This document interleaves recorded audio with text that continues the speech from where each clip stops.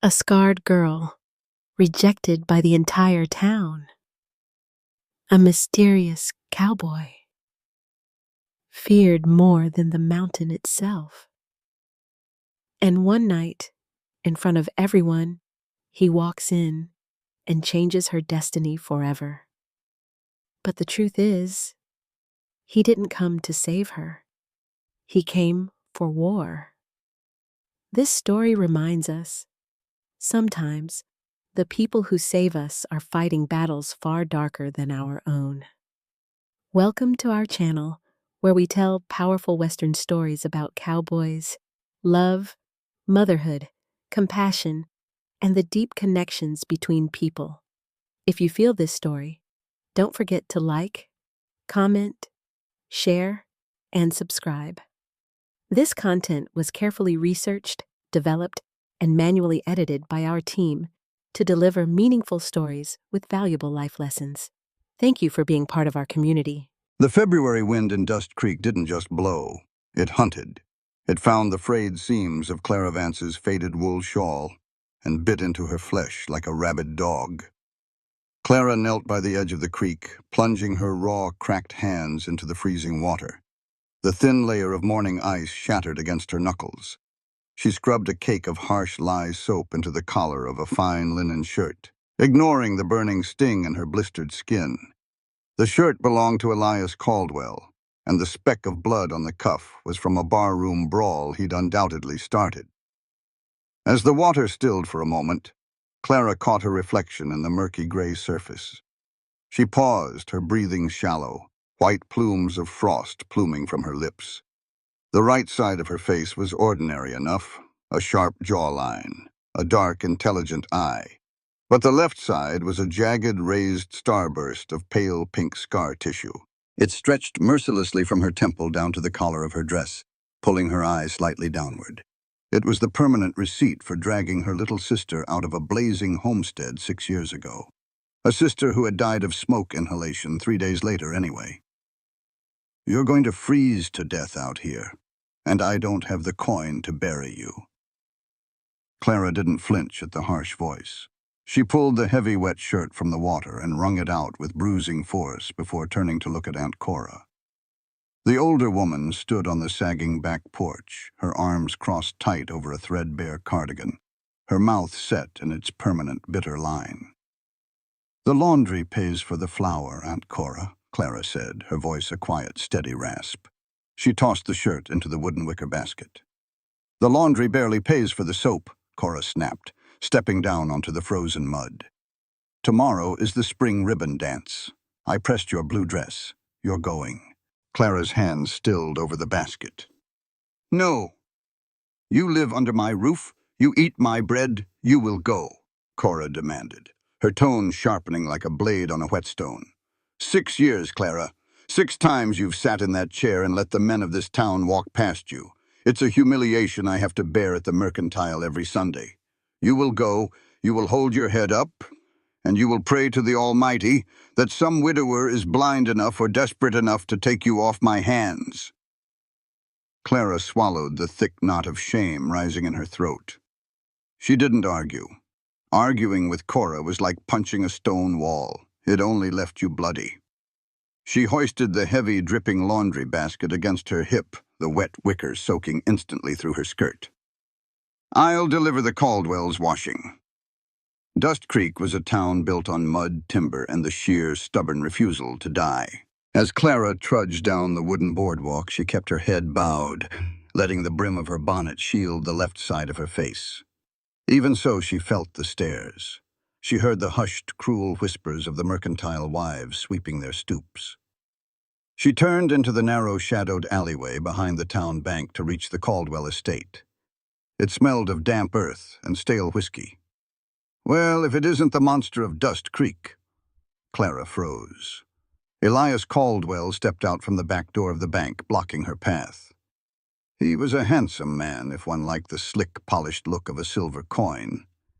He wore a tailored suit and a silk cravat that cost more than Clara made in a year.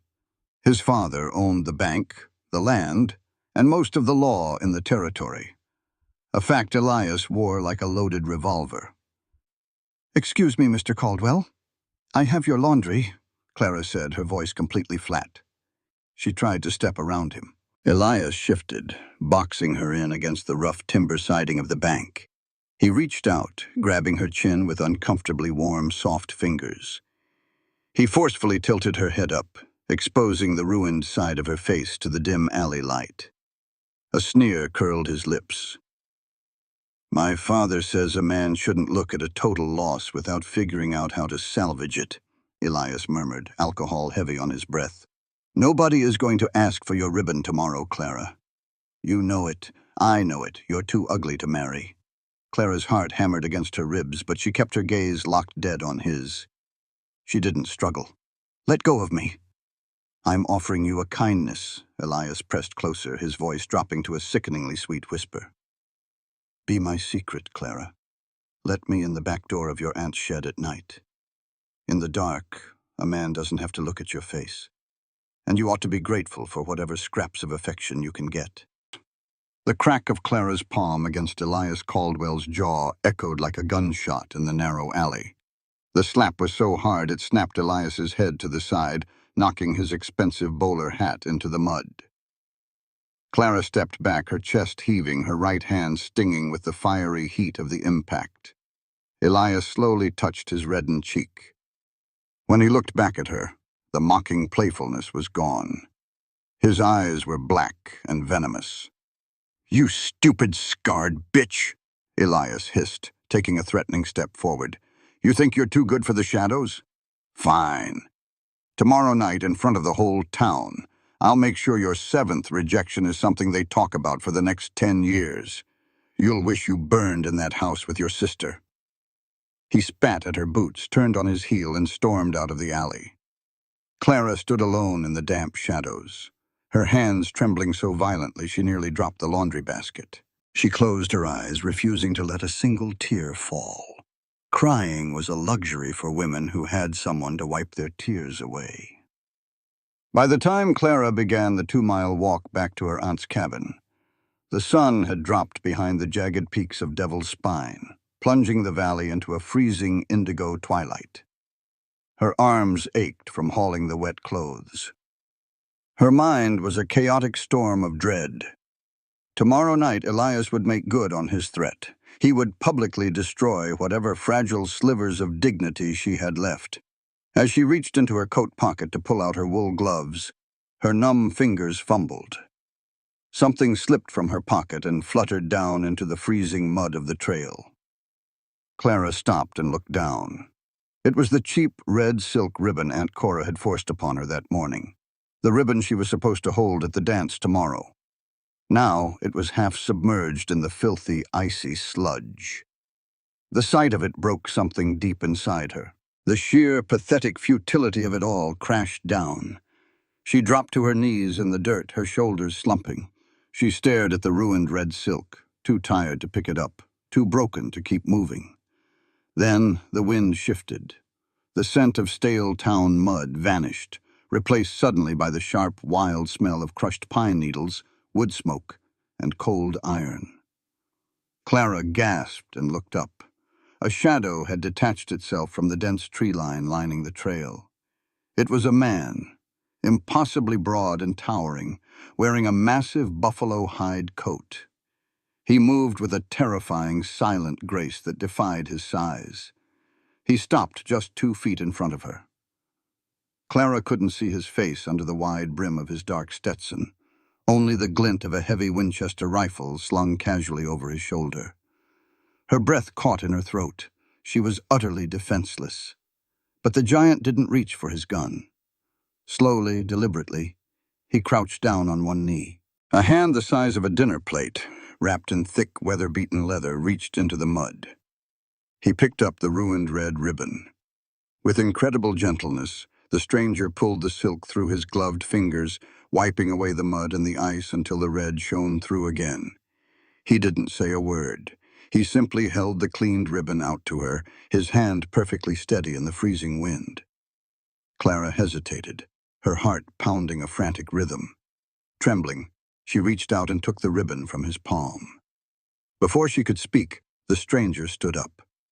He turned his back to the town of Dust Creek, melting back into the black pines of Devil's Spine as silently as he had arrived, leaving Clara kneeling in the dark with a clean ribbon and a racing heart.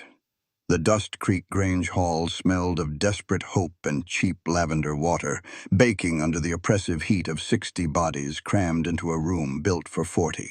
The air was thick, suffocating with the damp scent of wet wool coats hanging by the door and the stinging smoke of oil lanterns burning too high. Clara sat in the heavy oak chair in the far back corner, half hidden by a structural pillar, exactly where Aunt Cora had shoved her. Her patched blue cotton dress clung to her skin, stifling and scratchy.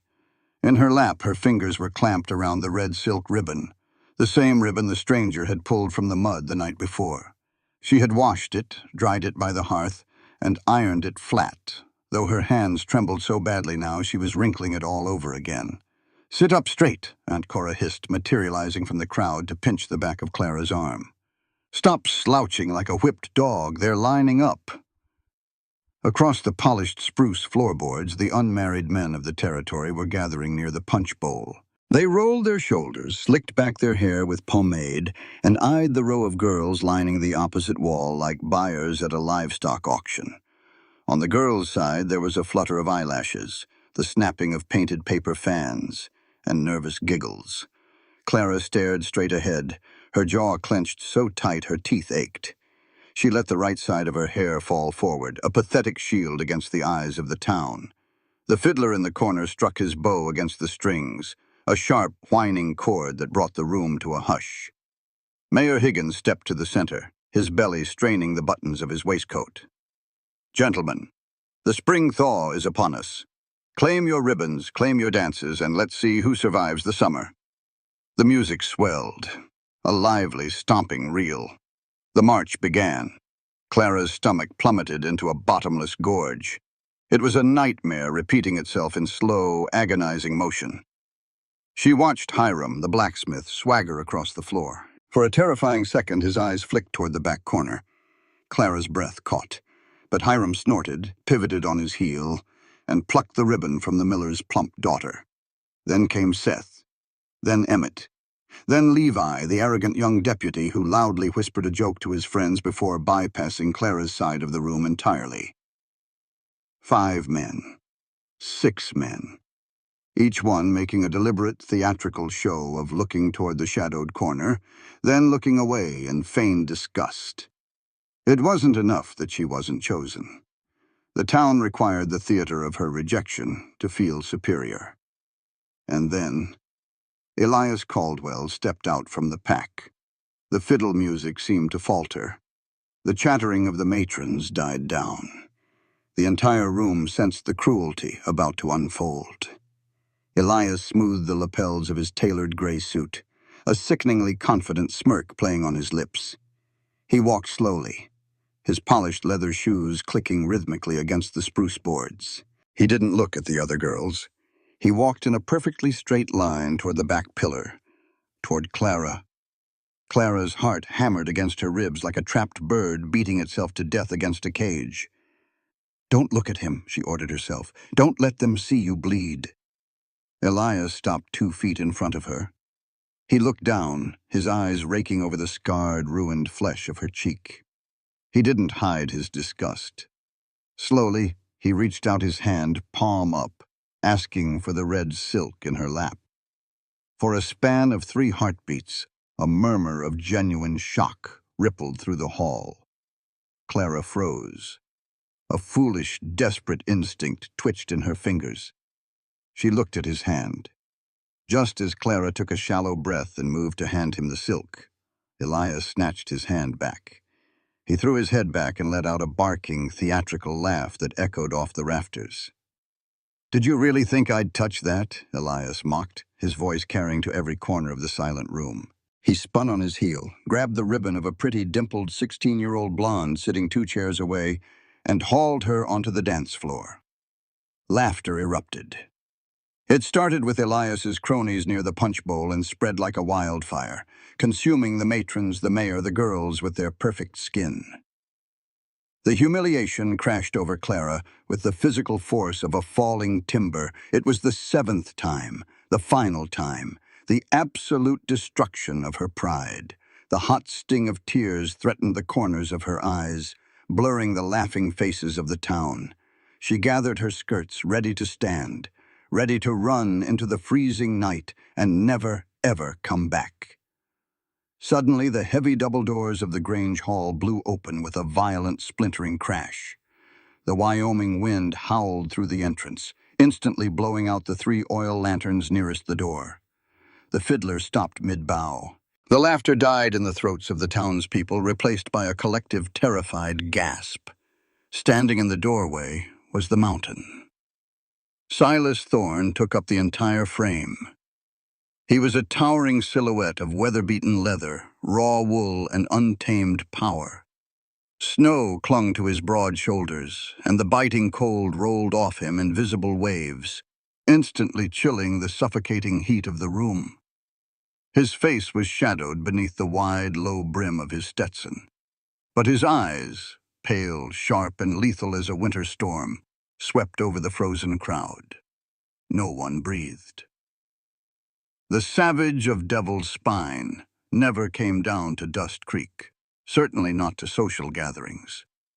Yet here he was, staring down the entire town. Silas stepped into the hall. He didn't walk, he advanced. The silver spurs on the heels of his heavy riding boots struck the floorboards with a slow, rhythmic clink, clink, clink. That sounded like the ticking of a very large bomb.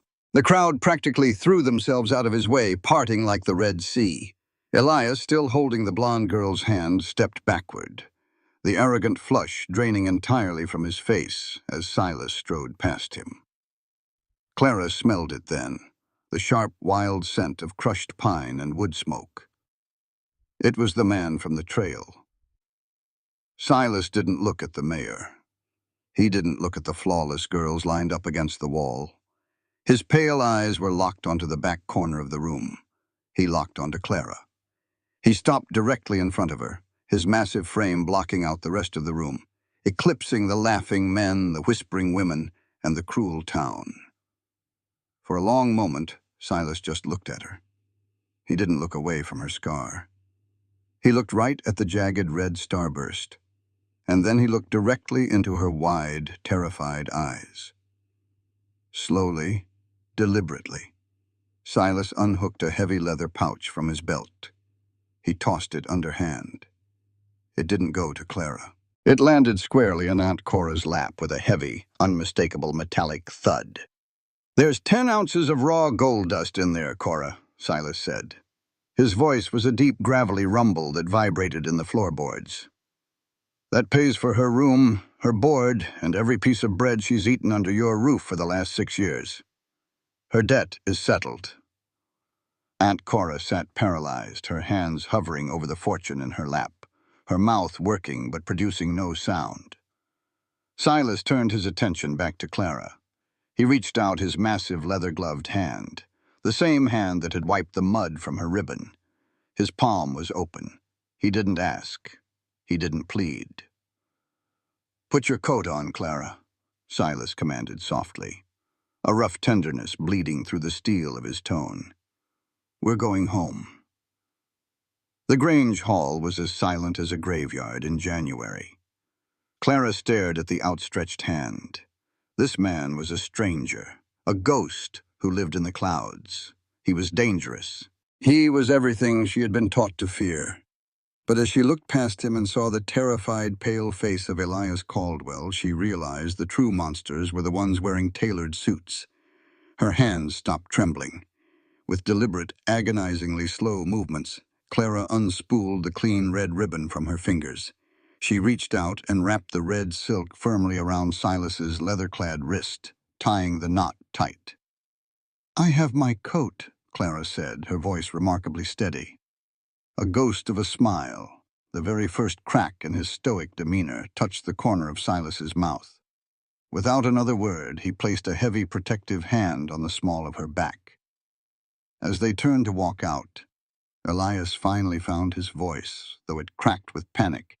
"Now see here. You can't just take her. She's a ward of the parish, and you're a wanted savage." Silas paused just inches from the double doors. He didn't turn his body, only his head, looking back over his shoulder at the banker's son. His pale eyes were devoid of any human warmth.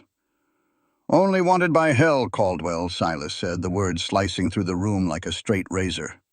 "You'd do well to remember that before you follow me." He guided Clara out into the howling Wyoming night, leaving a room full of gold-stunned silence and shattered egos in their wake. The cold outside the Grange Hall was a physical blow, a stark contrast to the stifling heat of the dance. But Clara didn't shiver. Her veins were flooding with a fierce, blinding adrenaline. She had just walked away from her own life. Tethered to the hitching post in the shadows of the livery was a massive black gelding, its breath pluming in the dark, stamping its hooves impatiently. Silas didn't waste time with pleasantries or questions. He grabbed Clara by the waist, his large hands easily spanning her sides, and hoisted her up into the heavy Mexican-style saddle as if she weighed no more than a sack of flour. He swung up behind her, entirely enveloping her in his vast shadow, and spurred the horse out of Dust Creek. They didn't take the main wagon road. Silas guided the gelding straight toward the jagged black silhouette of Devil's Spine, taking a steep, winding switchback that disappeared into the timberline. For the first hour they rode in absolute silence. The only sounds were the creak of saddle leather, the rhythmic strike of iron horseshoes on frozen stone, and the wind moaning through the pines. As the altitude climbed, the temperature plummeted dramatically. The thin air bit into Clara's lungs, and the thin wool of her dress was utterly useless against the mountain's breath. Her teeth began to chatter, a violent, involuntary clicking. Silas felt her shaking. He pulled back on the reins, halting the horse on a narrow plateau overlooking the valley. "Hold steady," he murmured. He slipped out of the saddle, his boots crunching in the crusty snow. Clara watched, confused and terrified he was leaving her, but Silas merely shrugged off his massive, heavy buffalo hide coat. He reached up and draped it entirely over Clara's shoulders. The coat was impossibly heavy, smelling intensely of wood smoke, leather, and the unique masculine scent of the man himself. It swallowed her whole, instantly trapping her body heat and baking away the chill. "You'll freeze," Clara protested, her voice muffled by the thick fur collar. He was left wearing only a flannel shirt and a canvas vest in 20-degree weather. Silas swung back up behind her, taking the reins. "I run hot," was all he said. Before he could spur the horse forward, a sound drifted up from the valley floor. It was faint at first, carried on the shifting wind, but unmistakable. The harsh clatter of multiple horses pushing too fast up the icy switchbacks, accompanied by the muffled shouts of angry men. Clara's heart leaped into her throat. She twisted as much as the heavy coat would allow, looking down the dark mountain face. "Elias," she breathed, the realization cold and absolute. He couldn't stand the humiliation. He's brought his men. Silas didn't panic. He didn't even urge the gelding to run. He sat perfectly still, his head tilted slightly, listening to the echoes bouncing off the granite walls. He was calculating distance, speed, and weight. "3 riders," Silas muttered, his voice a low hum vibrating against Clara's back. "Drunk, pushing their mounts too hard on black ice. They're fools." "They have guns, Silas," Clara warned, her hands gripping the saddle horn so tightly her knuckles ached. "Elias's friends are deputies. They'll shoot you and say you resisted." "They have to see me to shoot me," Silas replied flatly. He guided the gelding off the trail, plunging into a dense thicket of spruce trees that clung to the edge of a sheer drop-off known to the locals as Dead Man's Curve. The shadows here were absolute. Silas dismounted, handing the reins up to Clara. "Keep his nose covered so he doesn't whinny," Silas ordered quietly. "Do not make a sound, no matter what you hear." Before Clara could object, Silas vanished. He didn't walk, he simply melted into the darkness of the trees, swallowed by the mountain as if he were a part of it. Clara sat frozen, her hands clamped over the gelding's soft muzzle. Below them, the sound of the pursuers grew louder. Through the breaks in the pine branches, she saw the faint, erratic glow of a kerosene lantern bobbing up the trail. "I'm telling you, he came this way!" Elias Caldwell's voice drifted up, slurred with whiskey and rage. "He's probably got a shack up here. We shoot the savage, take the gold back, and I'll drag that scarred witch back down by her hair."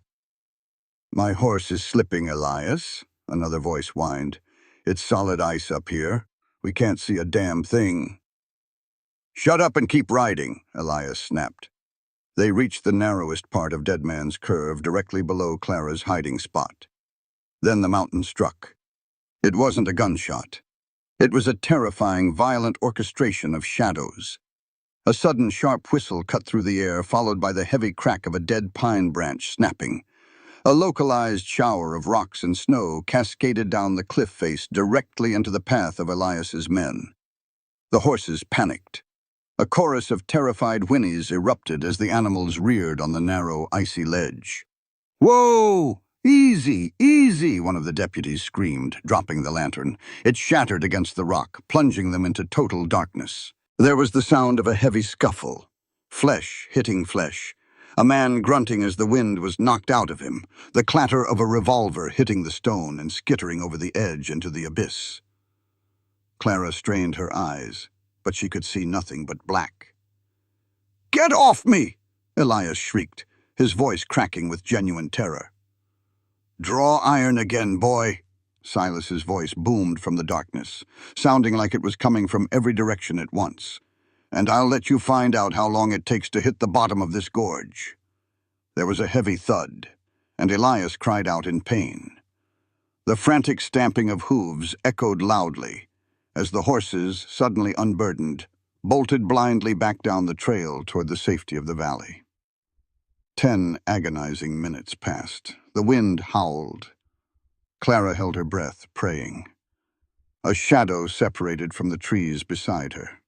Clara nearly screamed, but the massive, familiar hand caught the horse's bridle. It was Silas. He was breathing completely evenly, his clothes undisturbed. He didn't even have his rifle drawn. "What did you do?" Clara whispered, her eyes wide.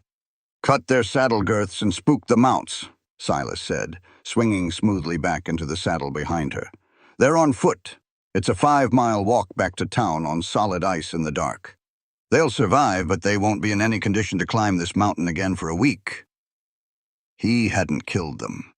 He had utterly dismantled them without firing a single shot, using the mountain as his weapon. A profound, unfamiliar warmth bloomed in Clara's chest. For the first time in her life, she felt a terrifying sense of safety. 2 hours later, they broke through the tree line into a high, secluded plateau. Nestled against a sheer wall of granite, bathed in the pale light of a crescent moon, was Silas's cabin. It wasn't a crude shack. It was a masterpiece of frontier engineering. Massive, interlocking pine logs, heavily chinked, with a solid stone chimney. Silas dismounted and reached up, wrapping his hands around Clara's waist to lift her down. Her legs were like jelly from the long ride and the cold, and she stumbled against his solid chest. He caught her easily, steadying her before stepping back to give her space. "Go inside, the fire is laid, just needs a match," Silas said, nodding toward the heavy oak door. "I need to secure the horse and check the perimeter." Clara nodded, pulling the heavy buffalo coat tighter around herself. As Silas turned to lead the gelding toward a sturdy lean-to barn, the horse tossed its head, shaking a heavy leather saddlebag loose. It hit the frozen ground with a dull thud, the buckle snapping open. "I'll get it," Clara called out, stepping forward. She knelt in the snow and reached into the spilled contents of the bag to shove them back in. Her fingers brushed against extra ammunition, a tin of matches, and something heavy, cold, and metallic. Clara pulled it out into the moonlight. It wasn't a hunting knife or a trapping tool. It was a star carved from solid silver set within a perfect circle. A badge. Texas Rangers. Clara stared at it, her heart skipping a beat. The silver was badly tarnished, and deeply embedded in the intricate grooves of the star was the unmistakable, rust-brown crust of dried blood. She looked up, clutching the badge, watching Silas's broad back as he led the horse into the shadows of the barn. He wasn't a trapper. He wasn't a hermit. He was a man running from a war, or worse, a man who had brought a war with him. Clara stood up in the freezing wind, staring at the cabin door. She had asked for a savior, but as she looked at the bloody star in her hand, she wondered if she had just married an executioner. Clara woke to a sound she hadn't heard in 6 years. Absolute silence. There was no clatter of Aunt Cora angrily stoking the iron stove downstairs. There was no screech of mercantile carts on the muddy road, no muffled gossip seeping through thin, drafty walls. There was only the low, steady sigh of the wind sliding over the solid log roof, a sound as deep and rhythmic as the breathing of a sleeping giant. She opened her eyes. The cabin was bathed in the pale, crystalline light of high-altitude dawn, filtering through a single, thick-paned window. She was lying in a massive bed frame hewn from raw cedar, buried beneath 3 layers of heavy, impossibly soft wolf and bear furs. The air in the room was biting cold, but beneath the pelts, she was radiantly warm. Clara sat up, clutching the furs to her chest. Her patched blue dress, the one she had worn to the dance, was folded neatly on a wooden chair beside the bed. Beside it sat a steaming tin mug of black coffee and a plate holding a thick slice of sourdough bread slathered in pale, fresh butter. Silas was not in the cabin. She swung her legs over the side of the bed, her bare feet hitting the thick, braided rag rug that covered the floorboards. She dressed quickly, her fingers brushing against the heavy canvas pocket of her skirt, where she had hidden the tarnished, blood-crusted Texas Ranger badge last night. The cold metal felt like a secret burning against her thigh. She didn't know who Silas Thorne was, or what kind of violence had driven a lawman to hide on top of Devil's Spine. But as she took a bite of the bread, tasting the sharp, clean flavor of mountain yeast and salt, she knew she couldn't stay here as a charity case. Clara wrapped her faded shawl tightly around her shoulders and pushed open the heavy oak door. The cold hit her like a physical blow, stealing the breath from her lungs. The world outside was a masterpiece of brutal, unforgiving beauty. The cabin sat in a bowl-shaped plateau surrounded by sheer, jagged peaks of gray granite that pierced the violently blue Wyoming sky. Tall, dark green spruces stood like sentinels along the ridge. 50 yards away, near a massive pile of felled timber, Silas Thorne was swinging an axe. He had discarded his buffalo coat and canvas vest. He wore only a faded red flannel shirt, the sleeves rolled up past his elbows, exposing thick corded forearms dusted with dark hair. With every swing, the heavy double-bitted axe bit deeply into the frozen pine with a sharp, echoing crack. He didn't chop with the frantic, angry energy of the townsman Clara knew. He moved with a terrifying, rhythmic efficiency. Clara forced her boots through the ankle-deep crust of snow, walking deliberately toward him. The crunch of her footsteps announced her arrival. Silas buried the axe head into the chopping block with a final, echoing thud. He didn't startle. He turned slowly, his breath pluming in the freezing air, his chest rising and falling in an even, measured rhythm. His pale eyes swept over her, taking in her thin shawl and shivering frame. "You should be inside by the hearth," he said, his voice a low gravel that seemed to vibrate in the crisp air. Clara stopped 10 feet away, crossing her arms defensively.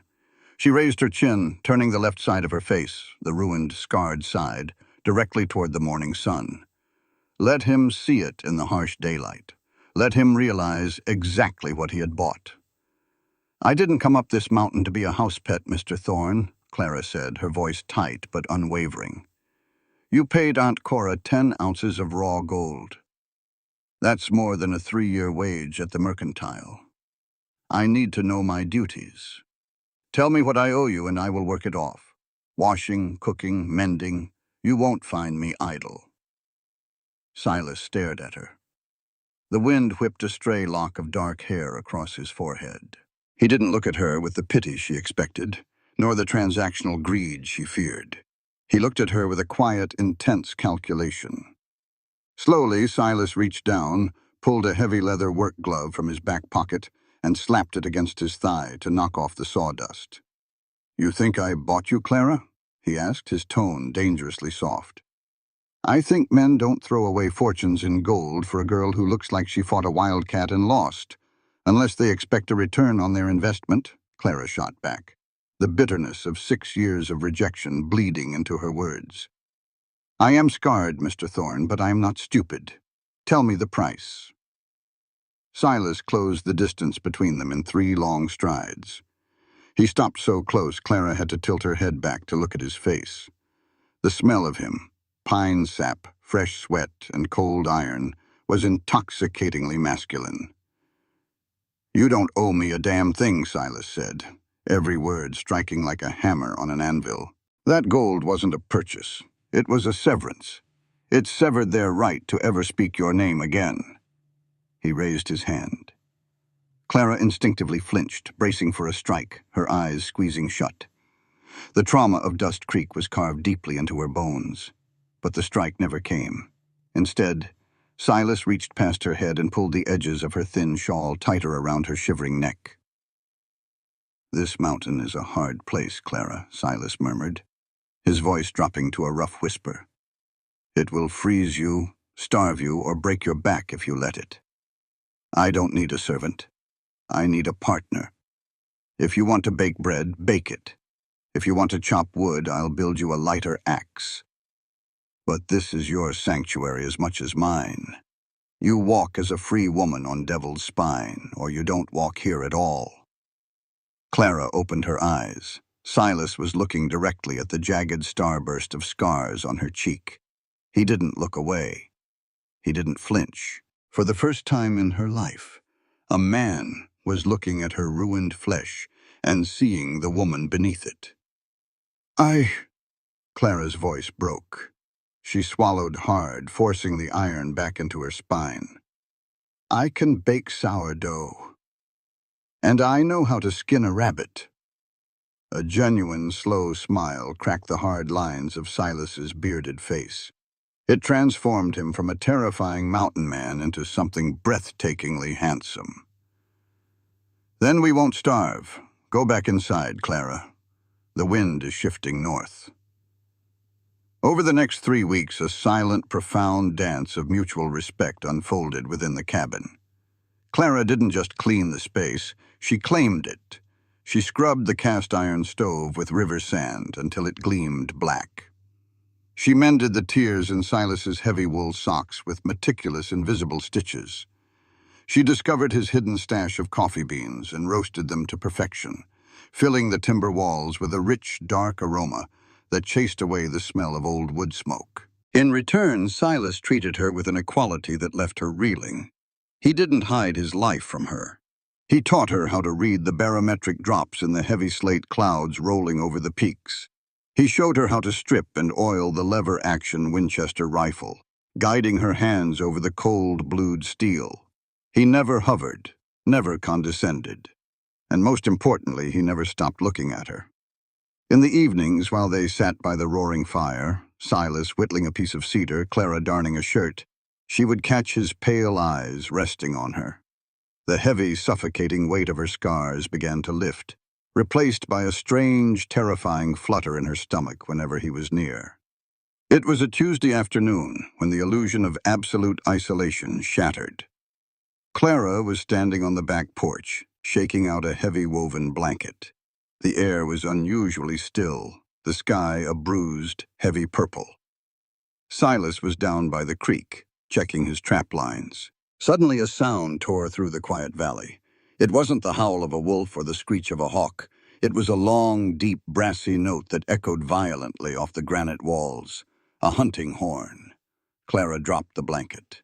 Her blood ran cold. The sound came from the lower switchbacks far below the timberline, but it was unmistakable. Someone was climbing Devil's Spine, and in the Wyoming territory, men didn't blow hunting horns to stalk deer. They blew them to signal a posse. She turned and looked toward the creek. Silas was already running up the embankment, his Winchester rifle gripped tightly in his fist, his eyes fixed on the valley below. The war he had brought to the mountain had finally arrived.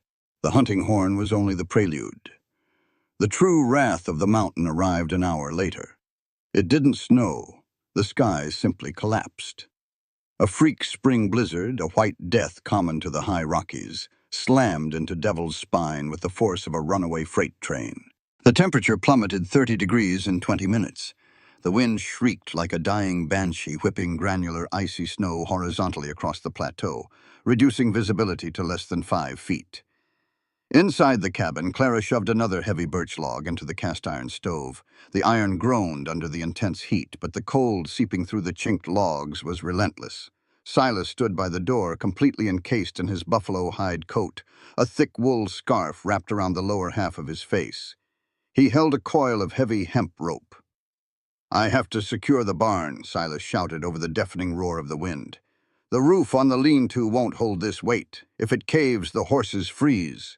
"It's a whiteout, Silas," Clara yelled back, grabbing his arm. Through the thick leather of his coat, she could feel the iron-hard tension in his muscles. "You'll lose your way." "I tied a guideline from the porch rail to the barn door this morning when the pressure dropped," Silas replied, his eyes dark and urgent. "Keep the fire hot, Clara. Lock the door behind me."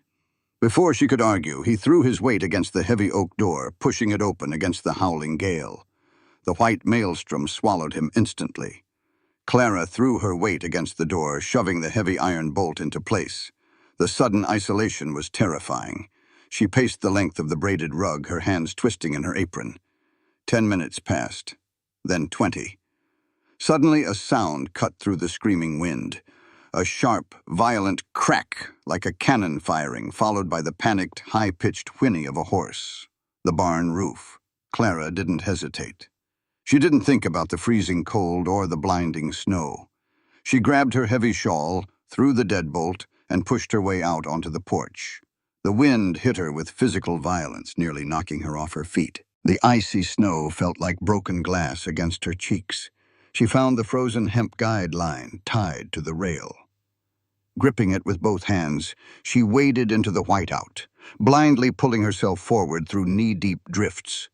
"Silas!" she screamed, the wind instantly tearing the name from her throat. She slammed into the rough timber wall of the barn. The heavy double doors were blown wide open. Inside, it was a scene of chaotic devastation. The central support beam of the lean-to had snapped under the weight of the snow. The roof had partially collapsed, trapping the black gelding and a young, terrified chestnut foal in their stalls. But it was what lay beneath the splintered timber that made Clara's heart stop. Silas was on his knees in the hay and snow, his teeth bared in an animalistic grimace of pure agony. He had thrown his massive body between the falling crossbeam and the terrified foal. The heavy, jagged timber was resting entirely on his right shoulder, pinning him to the floorboards. The buffalo coat was torn, and dark, hot blood was rapidly soaking through the heavy canvas vest beneath it. "Silas!" Clara scrambled over the debris, dropping to her knees beside him. His face was terrifyingly pale beneath his beard, coated in a sheen of cold sweat. "Clara," he grunted, his voice tight with pain. "Get leverage. The pry bar. By the anvil." Clara didn't panic. The fragile, terrified girl of Dust Creek burned away in the fires of necessity. She scrambled to the blacksmithing corner, her numb hands closing around a heavy iron pry bar. She rushed back, wedging the flattened end of the iron under the massive wooden beam, resting the fulcrum against a solid floor joist. "When I lift, roll left," Clara ordered, her voice cutting through the panic of the horses. She threw her entire body weight onto the end of the iron bar. Her boots slipped in the bloody snow, her shoulder muscles screaming in protest. The beam groaned, shifting upward by agonizing inches. "Now!" she screamed. Silas twisted violently, rolling out from under the crushing weight just as Clara's grip failed and the beam crashed back down into the dirt, missing him by a fraction of an inch. He didn't stay down. Driven by pure adrenaline, Silas staggered to his feet, grabbing his left arm to support his ruined right shoulder. "Leave the horses. The roof is stable now. We have to get inside." The walk back along the guideline took a lifetime. By the time Clara dragged Silas through the cabin door and shoved the bolt home, they were both covered in ice. Silas collapsed into the heavy wooden chair by the fire. He was breathing in shallow, ragged gasps. Clara stripped off her shawl and rushed to him. She pulled the ruined buffalo coat off his shoulders. The canvas vest and flannel shirt beneath were soaked in dark, arterial red. "I have to cut the shirt," Clara said, her voice shaking. Silas nodded once, his eyes squeezed shut. Clara took a pair of shears from her sewing kit and sliced through the bloody flannel. She peeled the fabric away. The gash was horrific. A jagged, splintered piece of timber had ripped through the heavy muscle of his right shoulder, stopping just short of the collarbone. It was deep, bleeding sluggishly but heavily. "I need to stitch it," Clara breathed, staring at the raw flesh. "Silas, I don't have whiskey to numb it. I only have boiling water and a bone needle." Silas opened his eyes.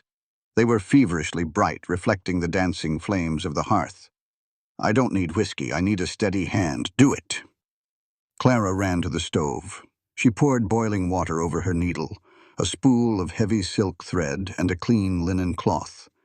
She washed her hands with lye soap until they burned, then returned to Silas. She knelt between his spread knees, bringing her face inches from his chest. The heat radiating from his massive, scarred torso was overwhelming. She wiped away the excess blood with the steaming cloth. "Hold your breath," she whispered. She drove the heavy bone needle into the thick, unyielding skin of his shoulder. Silas's entire body went rigid as iron.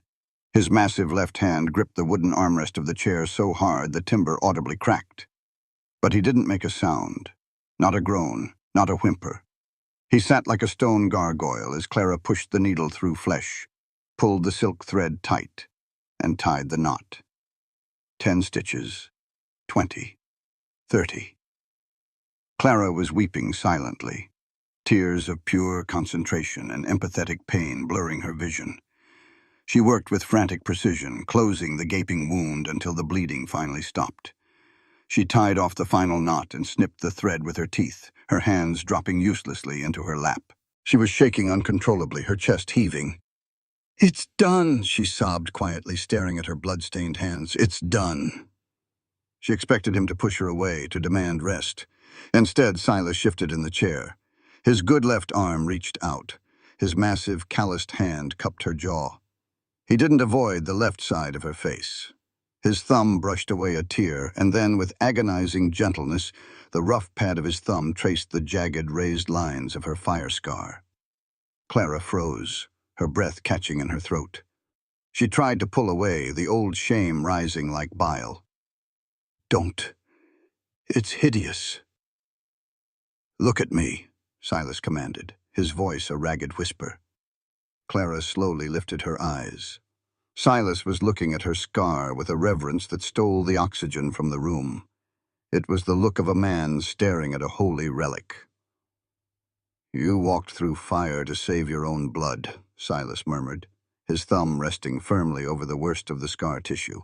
"You hauled me out from under a collapsing roof in a whiteout. You just sewed my flesh together without a flinch." He leaned closer, his forehead resting against hers, his breath warm against her lips. "This isn't hideous, Clara. It's a survivor's map. It's the most beautiful thing I've ever seen, because it means you lived." The dam broke. The 6 years of mockery, the humiliation in the alley, the terror of the dance, it all shattered under the weight of his touch. Clara let out a broken sob and leaned forward, burying her face into the uninjured side of his bare chest. Silas's left arm wrapped around her tightly, anchoring her, holding her together while she finally, truly, fell apart. By midnight, the storm outside was still raging, but a different kind of storm had taken hold inside the cabin. The trauma of the injury and the sudden drop in temperature had triggered a fever. Silas lay in the massive cedar bed, tossing restlessly beneath the furs, his skin radiating unnatural heat. Clara sat on the edge of the mattress, constantly wringing out cold cloths in a basin of snowmelt, pressing them to his forehead and the uninjured side of his neck. He was delirious, muttering dark, disjointed things. Clara listened, her heart aching for the pain hidden behind his stoic eyes. "Hold the line," Silas growled, his head tossing on the pillow. "They have the high ground. Reload." Clara bathed his chest, soothing him with soft hushes. "You're safe, Silas. You're home." Silas suddenly went rigid. His pale eyes snapped open, but they were unseeing, staring right through Clara into a past she couldn't comprehend. His left hand shot out, gripping Clara's wrist with bruising, terrifying force. "Evangeline," Silas choked out, his voice breaking with a profound, soul-shattering grief. "Evangeline, run." Clara froze. The name hung in the air, heavy and tragic. A wife? A lover? The jealousy that sparked in her chest was instantly drowned by the sheer agony in his voice. Silas pulled Clara closer, his delirious eyes wide with panic. "Run to the river, Evie. Don't look back. The Caldwells are coming. They'll burn it all." Clara's heart stopped dead in her chest. The cold cloth slipped from her fingers, splashing into the basin. The Caldwells.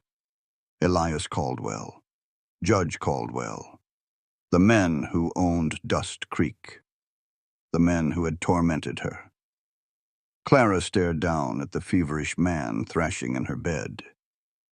She thought of the blood-crusted Texas Ranger star hidden in her skirt pocket, the hunting horn echoing in the valley. Silas hadn't just rescued her from a cruel town. He had married her to place himself directly in the crosshairs of the men who had murdered the woman named Evangeline. The war wasn't coming to Devil's Spine.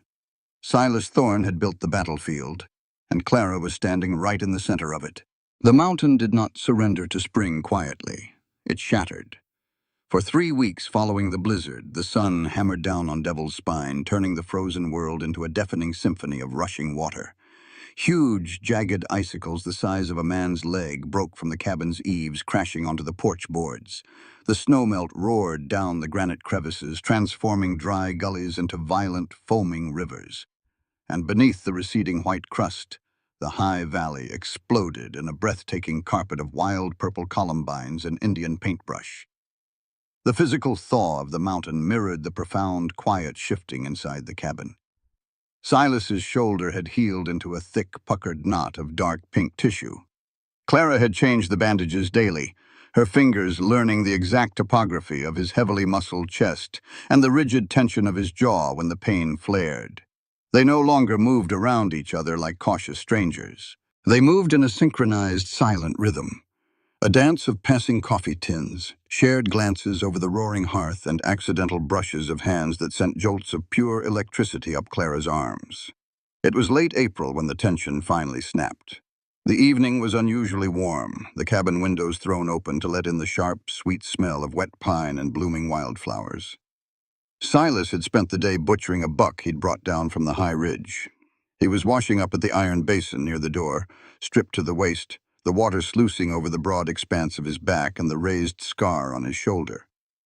Clara was sitting by the fire, pretending to mend a tear in a canvas sack, but her eyes kept drifting to the play of firelight across his damp skin. He reached for a towel, turning slightly, and caught her looking. He didn't look away. He dropped the towel onto a stool and walked toward her. The air in the room seemed to evaporate. Silas stopped in front of her chair, looming over her, the heat radiating from his large frame. Clara's breathing turned shallow. The needles slipped from her trembling fingers, falling silently onto the braided rug. "You've been quiet today," Silas murmured, his voice a low, gravelly vibration that settled deep in her stomach. "Just listening to the runoff," Clara lied, her heart hammering against her ribs.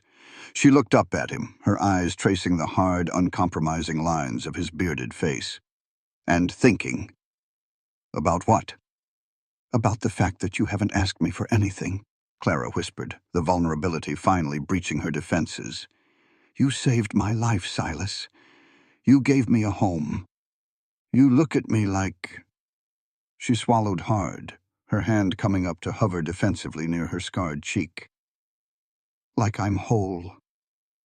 Silas dropped to one knee, bringing his face level with hers. He reached out, gently wrapping his massive, calloused fingers around her wrist. pulling her hand away from her face. "You are whole, Clara," he said, his pale eyes burning with a fierce, unwavering intensity. "You were whole the night I saw you in the mud. You were whole the night you sewed my arm shut. The only broken things in this territory are the men who couldn't see you." He didn't ask for permission. He didn't need to. Silas leaned forward and pressed his lips against the jagged, raised starburst of scar tissue on her left cheek. Clara gasped. A violent shudder ripped through her body. For 6 years, that patch of skin had been a source of profound shame, hidden in shadows, a symbol of her ruin. Now, under the warm, firm pressure of Silas's mouth, it felt like a holy brand. He trailed kisses down her cheekbone, along her jawline, until his mouth finally, desperately found hers. The kiss wasn't gentle.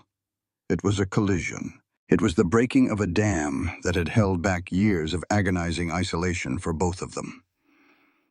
Clara's hands flew up, tangling fiercely in his thick, dark hair.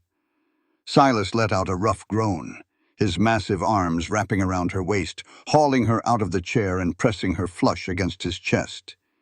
She tasted of sourdough and wild honey.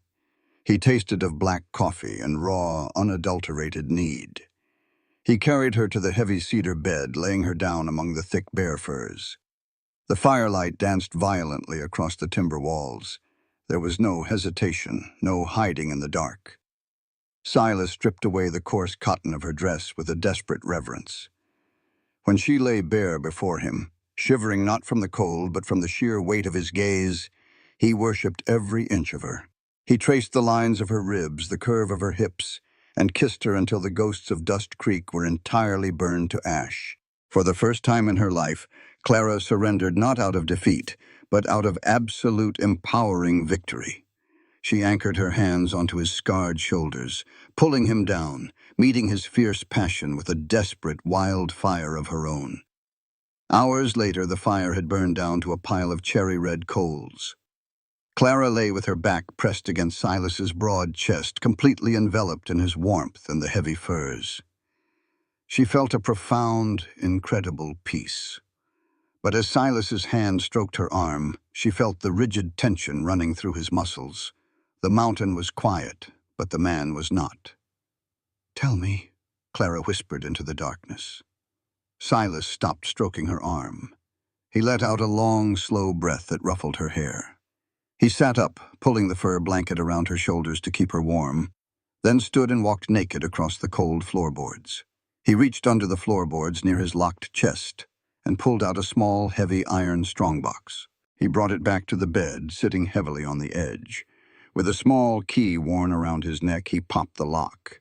He didn't pull out the tarnished silver badge. He pulled out a small, cracked tintype photograph. He handed it to Clara. She held it up to the moonlight filtering through the window. It was a picture of a young girl, perhaps 12 years old, with bright, laughing eyes and dark hair styled in 2 long braids. "Evangeline," Clara breathed, remembering the name he had cried out in his fever. "Your daughter?" "My little sister," Silas corrected, his voice sounding like grinding stones. "She was 12. I was 22. I was a Texas Ranger, riding a circuit down near the Rio Grande." Clara traced the girl's face with her thumb, a cold dread settling in her stomach. "What happened to her, Silas?" Silas stared at the glowing coals of the hearth, his pale eyes turning black with memory. "My family owned a sprawling cattle ranch outside of Austin, good land, deep water. A man named Horace Caldwell, a corrupt district judge, wanted it for the railroad right-of-way. My father refused to sell." Silas swallowed heavily, his jaw clenching. "I was 300 miles away on a ranger patrol. Caldwell didn't send lawyers. He sent a dozen hired guns in the middle of the night. They barred the doors of the main house and set it on fire with my parents inside." Clara stopped breathing. The blood roared in her ears. Fire. She looked at Silas, truly understanding the sheer apocalyptic horror he carried. Evie managed to squeeze out of a pantry window, Silas continued, his voice devoid of all emotion, a dead, flat tone that was far more terrifying than a shout. She ran for the river, but Caldwell's son was waiting in the brush. He was only 18 at the time, a vicious, arrogant kid trying to impress his father. He chased her down on horseback. He shot her in the back, Clara. Left her in the mud. Elias, Clara whispered, the name tasting like poison on her tongue. I came home to ashes, Silas said. The local law was bought and paid for. Caldwell claimed it was a Comanche raid. I turned in my ranger badge. I tracked them for 5 years across 3 territories. They changed their names, bought a bank in Wyoming, and bought the town of Dust Creek with my father's stolen cattle money. Clara grabbed his massive hand, gripping it tightly. Why wait on this mountain, Silas? You could have killed Elias in that alleyway. You could have shot the judge in his bed. Because a bullet in the dark is too good for them, Silas turned to her, his eyes blazing with a calculated, terrifying wrath. I wanted to take everything from them first, just like they took from me. He reached into the strongbox and pulled out a heavy chunk of raw, glittering rock. Devil's Spine isn't just timber and ice, Clara. 2 years ago, I found a massive vein of pure quartz gold running right through the heart of this mountain. Judge Caldwell knows it's here. He's been trying to buy the deed from the territorial government for months. Silas set the gold on the mattress. But I bought it first, under a fake name. I built this cabin right on top of the main access trail. I was slowly bleeding Caldwell dry, blocking his surveyors, waiting for him to get desperate enough to come up here himself so I could bury him in the very gold he craves. He looked down, his massive shoulders slumping slightly. I was supposed to stay invisible. I went to the ribbon dance only to observe Elias, to see who his men were. But then I saw you. Silas looked up, his pale eyes locking onto hers, filled with a raw, desperate honesty. I watched him humiliate you. I watched him try to break the strongest, bravest woman I've ever seen. And I couldn't stomach it. I threw my cover away. I walked into the light, threw Caldwell's gold in their faces, and took you. He reached out, cupping her face. I drew their fire, Clara. I accelerated the war. I made you a target. Clara didn't pull away. The pieces of the puzzle slammed together. Silas hadn't just rescued her. He had sacrificed a 5-year tactical advantage, risking his life's mission, simply because he couldn't stand to see her cry. She looked at the chunk of gold, then at the man who had traded his vengeance for her dignity. The fear inside her evaporated, replaced by a white-hot, furious resolve. She knew fire. She knew loss. And she would be damned if she let the Caldwells take anything else from the people she loved. Then we fight, Clara said, her voice like cracking ice. Show me how to use the rifle. The sharp, concussive crack of the heavy Winchester 1873 lever-action rifle echoed off the granite walls of the plateau, sending a flock of ravens scattering into the violently blue sky. 60 yards away, a tin coffee canister hanging from a low spruce branch violently jerked, a perfectly punched hole appearing dead center. Good, Silas murmured, standing just behind Clara. But your stance is too rigid. The recoil is going to bruise your collarbone, widen your feet, absorb the shock into your hips, not your shoulder.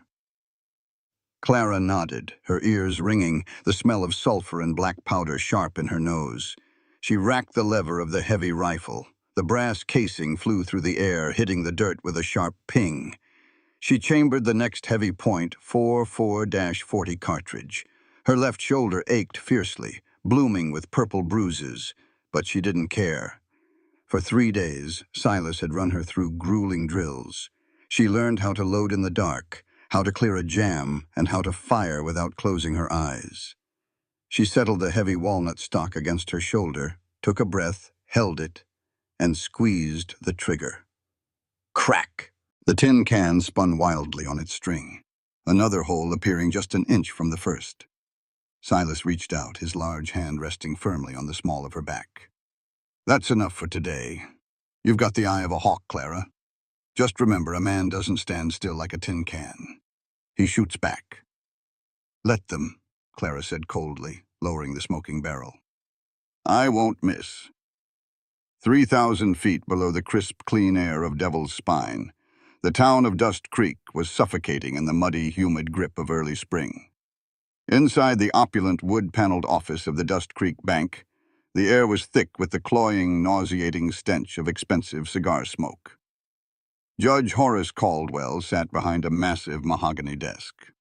He was a man built like a barrel, with thinning silver hair, a thick neck, and eyes that held all the warmth of a rattlesnake. Standing in front of the desk, pacing furiously, was Elias. The younger Caldwell's face was still slightly yellowed with bruises from his humiliating tumble down the icy mountain trail weeks prior. "He humiliated me, Father," Elias snarled, slamming his fist onto the leather-bound ledger. "He made me walk 5 miles in the dark. The whole town is laughing behind my back." "The town is laughing because you are a fool, Elias," the judge said calmly, taking a slow drag from his cigar. "You let a dirt-scratching savage outsmart you on a cliff edge. And worse, you let him walk out of that Grange Hall with the deed to my mountain." "He doesn't have the deed," Elias protested. "He paid in raw gold dust, Elias," the judge snapped, his voice dropping to a dangerous baritone. "Pure, unrefined quartz gold." The surveyor was right. The motherlode is under that plateau, and the man sitting on top of it isn't just a trapper. My contacts in Cheyenne wired me back this morning. The judge tossed a crumpled telegram onto the desk. "His name is Silas Thorne, former Texas Ranger, the son of the rancher we relocated in Austin." Elias froze, all the bluster draining from his face, replaced by a sickening pallor. "Thorne? He tracked us here?" "He tracked you here because you were sloppy 6 years ago," the judge said, his eyes narrowing with disgust. "But he made a fatal error. He let his temper get the better of him over a scarred-up washer girl. He broke his cover." The judge turned his attention to the corner of the room where a man sat in the shadows, entirely motionless. The man wore a long, dust-covered duster coat and twin Colt revolvers slung low on his thighs. He had a face like tanned leather and eyes that were completely, unnervingly dead. "Mr. Cole," the judge addressed the bounty hunter, "you understand the assignment?" Harlan Cole leaned forward, the leather of his coat creaking. "You want the ranger dead, and the girl brought back as proof of a kidnapping to satisfy the territorial marshal. Then you seize the land under eminent domain." "Exactly," Caldwell smiled thinly. "But Thorne has the main trail rigged to blow. He's dug in like a tick." "Every mountain has a back door, Judge," Cole replied, striking a match off the sole of his boot to light a foul-smelling cigarette. "You just have to find the rat who knows where the hole is." An hour later, Judge Caldwell's polished black carriage pulled up outside a sagging, miserable wooden shack on the outskirts of town. Aunt Cora opened the door, her face pale, her hands wiping nervously on her dirty apron. "Judge Caldwell, I don't have the mortgage payment yet. The laundry has been slow since Clara—" The judge didn't wait for an invitation. He pushed past her into the cramped, sour-smelling kitchen. He didn't speak. He simply reached into his coat, pulled out a heavy canvas sack, and dropped it onto the rickety wooden table. The unmistakable heavy clink of solid gold double eagles spilled out, glittering in the dim light. Aunt Cora stopped breathing. She stared at the gold, her eyes wide with a desperate, ravenous hunger. "There is a goat path," the judge said smoothly, pulling off his kid leather gloves. "An old Shoshone hunting trail that leads up the sheer east face of Devil's Spine, coming up right behind the plateau.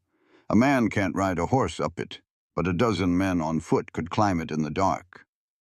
Cora swallowed hard, unable to tear her eyes from the fortune on her table. I don't know what you mean, Your Honor." "Don't play coy, Cora," Caldwell hissed, stepping closer. "Your late husband used to poach elk up there before he drank himself to death. He mapped every inch of that ridge. You have his journals. Silas Thorne is a dangerous man, Cora whispered, her hands trembling. And Clara, she's my sister's blood. Clara is a ruined burden who abandoned you the second a man threw coin at her, the judge countered, his voice dripping with venomous persuasion. Give Mr. Cole the map to the back trail, Cora. Take the gold, move to San Francisco, buy a house with glass windows, and never scrub another man's dirt again. Cora stood paralyzed for 10 agonizing seconds. Then slowly she reached out and closed her bony fingers around the pile of gold coins. I'll get the journal, she whispered. High on Devil's Spine, the afternoon sun was beginning to dip below the jagged western peaks, casting long, blood-red shadows across the snowmelt. Clara was inside, kneading a fresh batch of sourdough on the table, her hands coated in white flour. The cabin was warm, smelling of yeast and roasted coffee. Outside on the porch, Silas sat on a wooden stump, a whetstone in one hand and a heavy 10-inch Bowie knife in the other. Shh, shh, shh. The rhythmic sound of steel on stone was hypnotic. Suddenly, Silas stopped mid-stroke. He didn't look up. He didn't move his head. He just froze, his pale eyes narrowing. Clara, attuned to his every shifting mood, stopped kneading. She looked through the open window. Silas? What is it? Listen, Silas commanded quietly. Clara wiped her hands on her apron and stepped to the window. She listened to the wind in the pines, the rush of the distant creek. I don't hear anything. Exactly, Silas said, standing up. The mountain was dead silent. The ravens that usually argued in the spruce branches were gone. The squirrels had vanished. The absolute stillness of the woods wasn't peaceful, it was a warning. The wildlife had fled. Silas walked to the edge of the porch, knelt, and pressed his ear flat against the heavy timber floorboards, listening to the vibrations traveling through the granite bedrock of the mountain itself.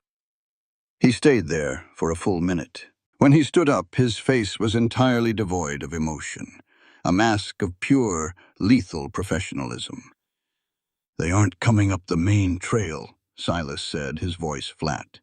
They found the Shoshone goat path on the east ridge. They're coming up the blind side. Clara's blood ran cold. The east ridge was a sheer cliff face just 50 yards behind the barn. There were no traps there. There was no warning. Silas walked into the cabin. He didn't rush. Panic was a luxury they couldn't afford. He walked straight to the iron strongbox under the bed, opened it, and pulled out the tarnished, blood-crusted Texas Ranger star. With deliberate, steady fingers, Silas pinned the badge directly over his heart. He looked at Clara. She wasn't the trembling girl from Dust Creek anymore. She was standing tall, her eyes fierce, the flower on her hands making her look like a warrior painted for battle. Silas picked up the heavy Winchester rifle and tossed it to her. She caught it flawlessly. Load the shotguns, Clara, Silas said, racking the slide of his own weapon. The storm is here. The distinct, terrifying smell of kerosene cut through the crisp mountain air, sharp and chemical, entirely alien to the scent of pine and snowmelt. Inside the cabin, the transition from peace to war took less than 60 seconds. Silas Thorne moved with the terrifying, mechanized efficiency of a man who had spent his entire adult life preparing for violence. He didn't shout. He didn't panic.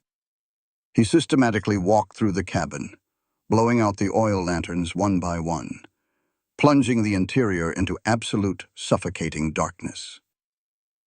Get away from the windows, Silas ordered, his voice a low, steady rumble in the blackness.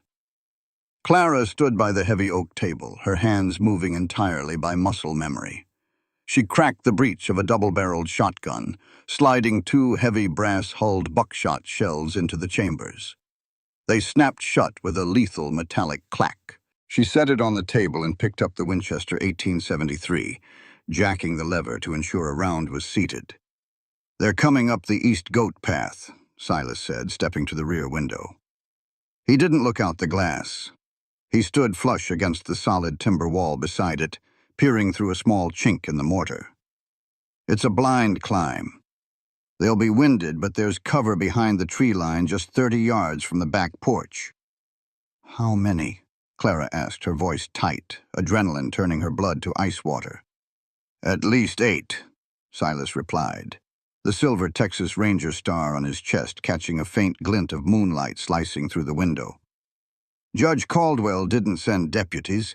He sent mercenaries. I can smell the lamp oil. They brought torches. Torches. Clara's breath hitched. A phantom heat licked at the scarred flesh on the left side of her face.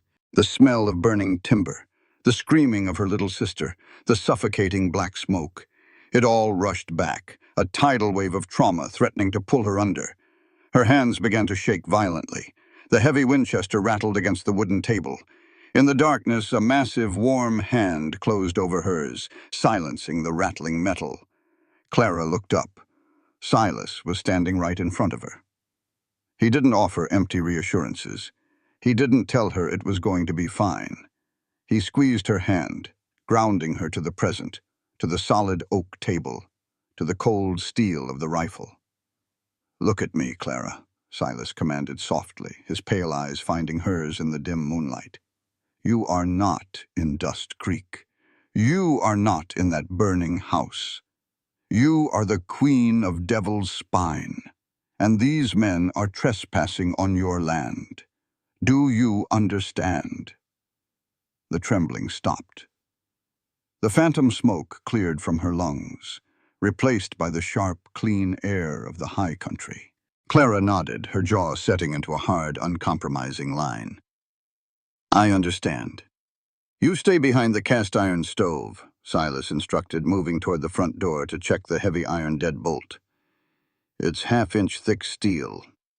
It will stop a heavy-caliber bullet. When my rifle goes empty, you hand me the loaded one and take the empty to reload. We keep up a continuous rate of fire. We do not let them cross the clearing."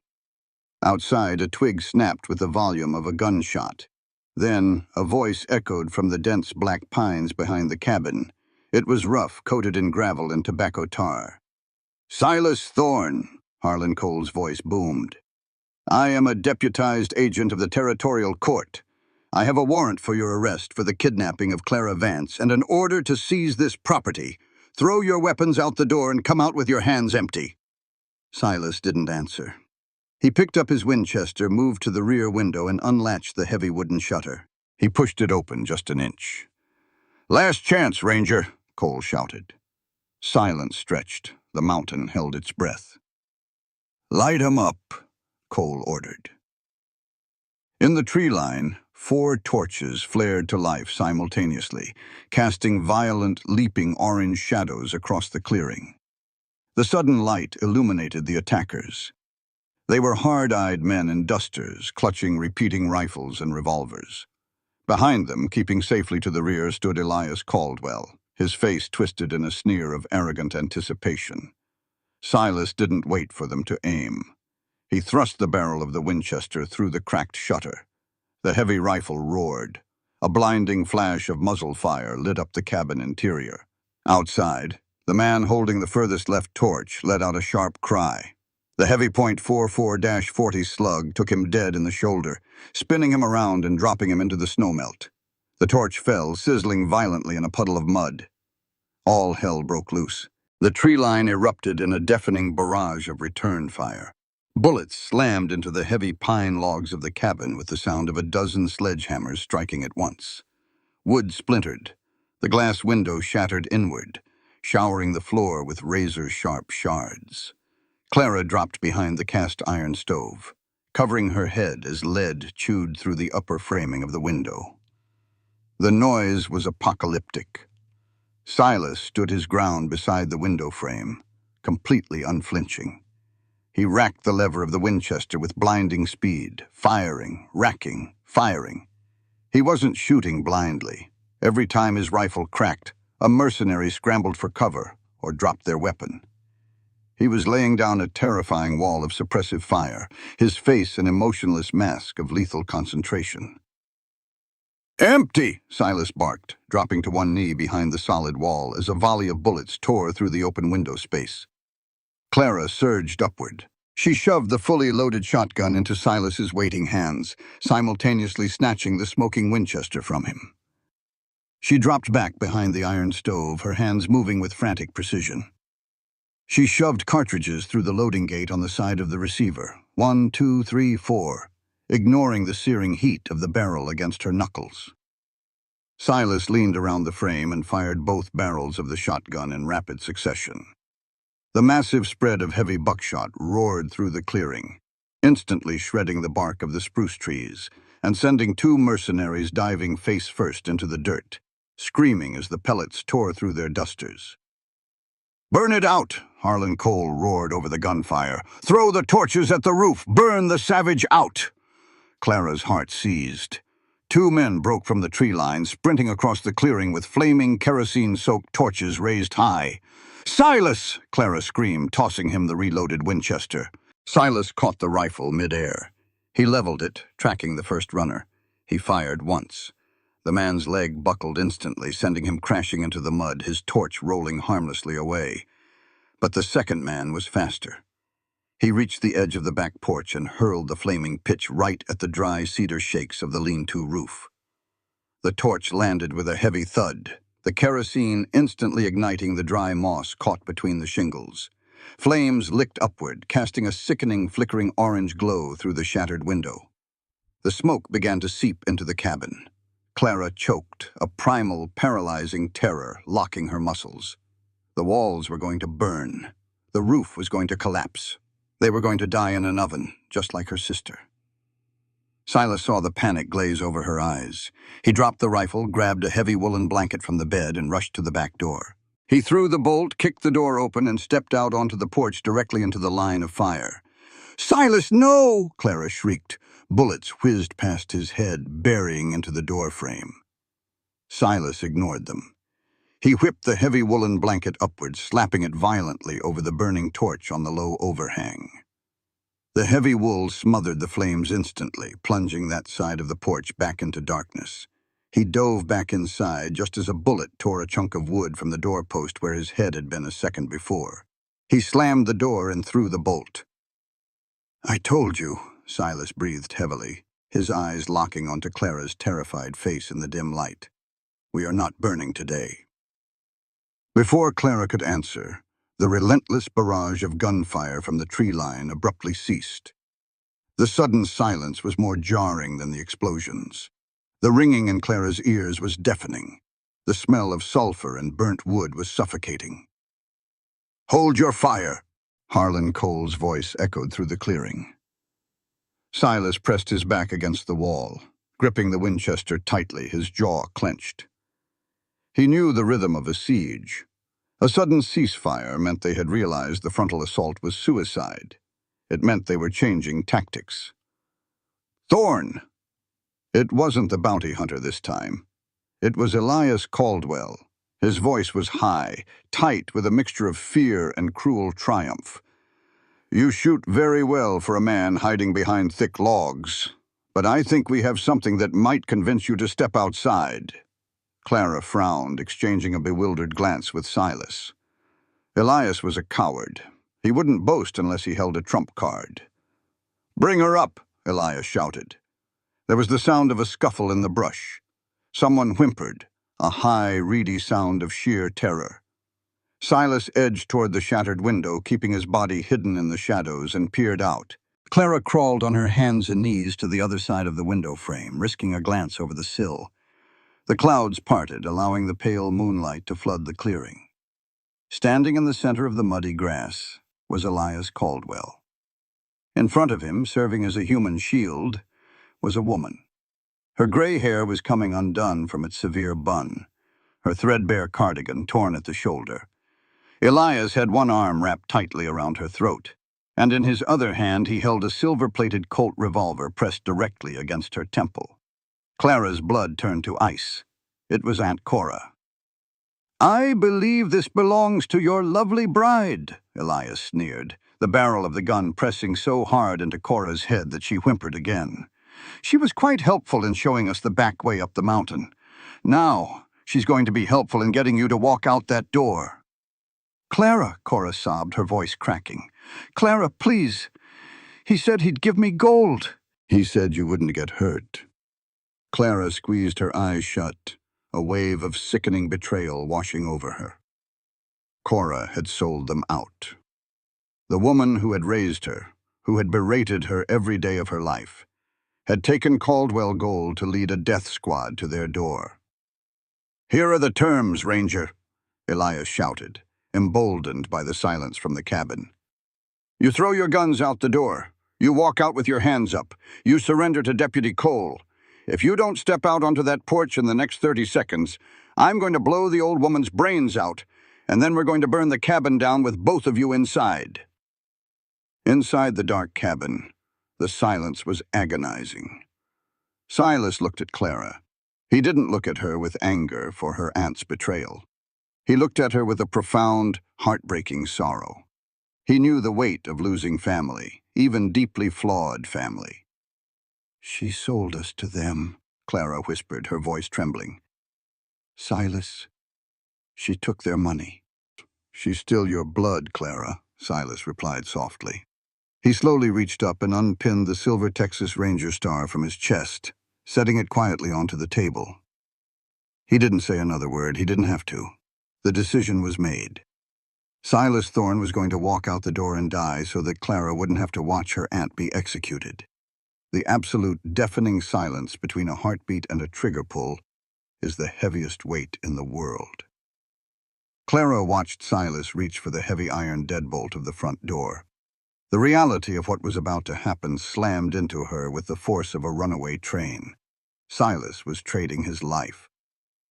Once he stepped out into that clearing unarmed, Harlan Cole and his mercenaries would gun him down in the mud.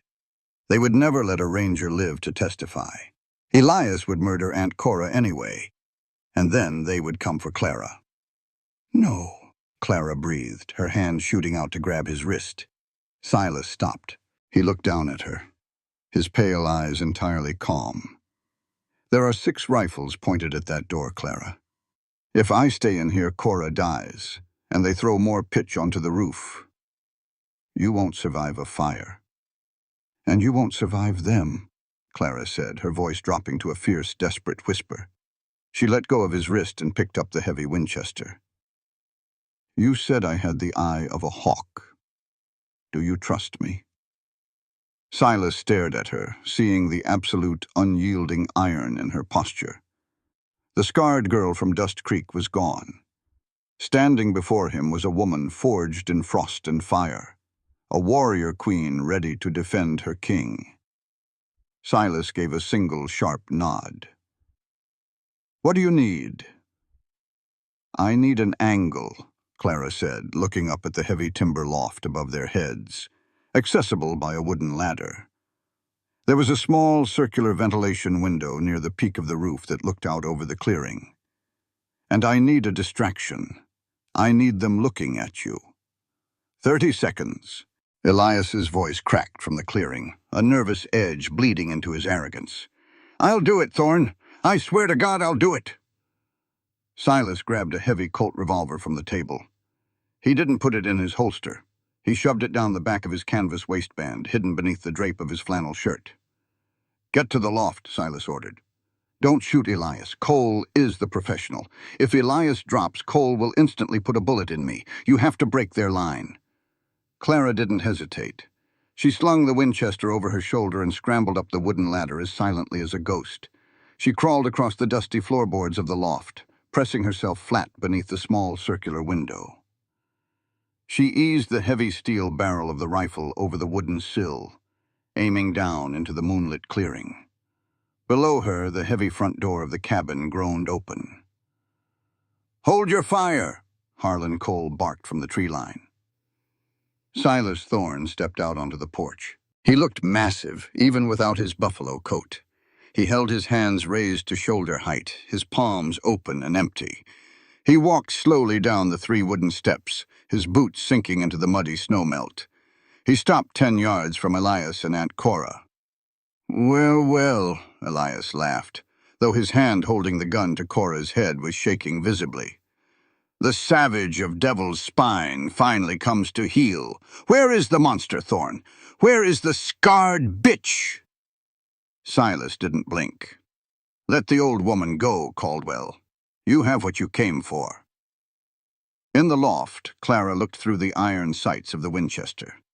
She had a perfect view of the clearing. Elias was standing in the center. Harlan Cole was kneeling behind a stump to the left, his repeating rifle leveled squarely at Silas's chest. 4 other mercenaries were spread out along the tree line. She could shoot Elias. She had a clean shot at his head. But Silas was right. The second she fired, Harlan Cole would pull his trigger, and Silas would die. She needed to break the line. She needed absolute chaos. Clara's eyes swept the tree line. Just behind the mercenaries, barely visible in the shadows of the pines, was the small 2-wheeled handcart they had hauled up the goat path. Resting in the center of the cart, strapped down with rope, was a large metal barrel marked with a white K kerosene, the fuel for their torches. Clara took a slow, deep breath, pulling the freezing mountain air into her lungs. She widened her stance, bracing her elbows against the solid timber framing of the window. She nestled the heavy walnut stock securely against her bruised shoulder. Absorb the shock, she told herself, remembering Silas's voice.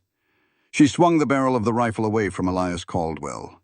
She leveled the iron sights dead center on the metal barrel sitting in the shadows. Down in the clearing, Harlan Cole stood up from behind his stump, keeping his rifle trained on Silas. "Turn around, Ranger. Get on your knees and lace your fingers behind your head." Silas didn't move. He kept his eyes locked on Elias, but his stance shifted imperceptibly, his weight balancing onto the balls of his feet. "I said get on your knees!" Cole roared. In the loft, Clara let out half her breath. The world went utterly silent. The wind stopped. The ringing in her ears faded.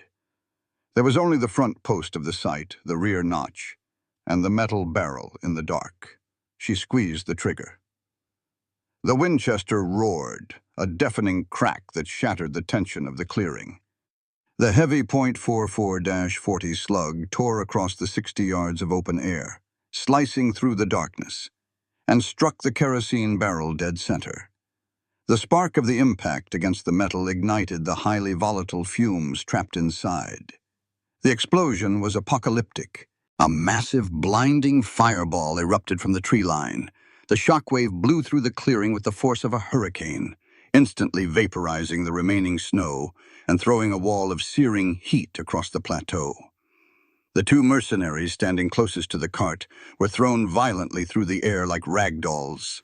The burning kerosene rained down on the pines, instantly igniting the dry needles and creating a towering wall of fire that cut Harlan Cole entirely off from his remaining men. Total, blinding chaos. Elias Caldwell screamed in sheer terror, dropping his revolver in the mud as he threw his arms over his head, abandoning Aunt Cora instantly. Silas moved. He didn't drop to the ground. He surged forward like an unchained beast. Before Harlan Cole could recover from the shockwave and re-aim his rifle, Silas closed the distance. As he sprinted, Silas's right hand whipped behind his back, drawing the hidden Colt revolver. He didn't even aim down the sights. He fired from the hip. The heavy bullet smashed into the receiver of Cole's rifle, tearing the weapon out of the bounty hunter's hands and snapping 2 of his fingers. Cole howled, stumbling backward, but he was a hardened killer. He instantly reached for the Bowie knife strapped to his thigh. Silas slammed into him before the blade could clear its sheath. The 2 massive men hit the muddy ground in a brutal, bone-crunching tangle of limbs. Silas's injured right shoulder screamed in agony as they rolled, but the adrenaline masked the pain. Cole managed to draw the knife, slashing wildly upward, opening a shallow cut across Silas's ribs. Silas grabbed Cole's knife wrist with his left hand, his grip like an industrial vice. He drove his knee viciously into Cole's stomach, expelling the air from the bounty hunter's lungs. With a primal roar, Silas brought the heavy steel butt of his Colt revolver down squarely onto Cole's temple. The bounty hunter went entirely limp, collapsing into the mud. Silas staggered to his feet, breathing heavily, the blood from his ribs mixing with the mud on his shirt. He looked toward the center of the clearing. Aunt Cora was huddled in a ball in the mud, weeping hysterically, untouched by the explosion. Elias Caldwell was 10 yards away, crawling frantically on his hands and knees through the sludge. He was weeping, his expensive suit ruined.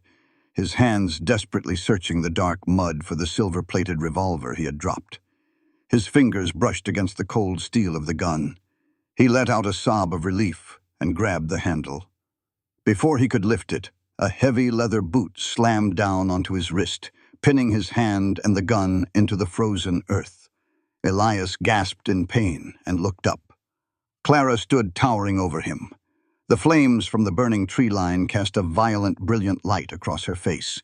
She made no effort to turn her head. She let the firelight illuminate every jagged, raised line of the scar on her cheek.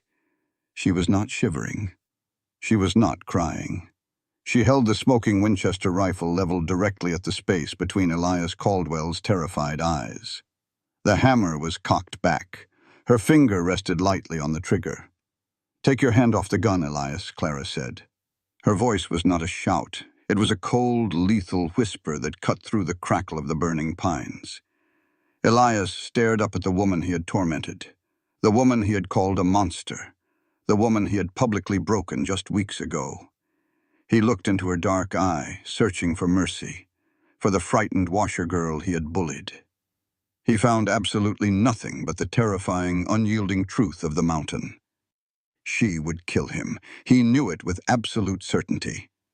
Elias let go of the revolver, leaving his hand pinned under her boot, and began to openly, pathetically sob. "Please," he begged, tears streaming down his face, mixing with the mud. "Please, Clara, don't." Clara stared down at him. The power to end his life rested entirely in the slight pressure of her index finger. For 6 years, she had dreamed of a moment where she wasn't powerless. Now, holding the life of her greatest tormentor in her hands, she felt the intoxicating, dangerous pull of vengeance. She heard footsteps crunching in the mud behind her. Silas stepped to her side. He was bleeding, battered, and terrifying, but he didn't raise his gun. He looked at Clara, his pale eyes entirely calm, leaving the choice completely to her. Clara looked back down at the weeping, broken man at her feet. She looked at the pathetic reality of Elias Caldwell, stripped of his father's money and his town's sycophants. He wasn't a monster. He was just a weak, cruel boy. Slowly, deliberately, Clara lowered the barrel of the Winchester. She uncocked the hammer with her thumb. "I am not you, Elias," Clara said softly, her voice carrying the absolute final weight of a judge's gavel. "And I will not let you turn me into a killer." She stepped off his hand, turning her back on him entirely. She didn't look at Aunt Cora, who was still weeping in the mud.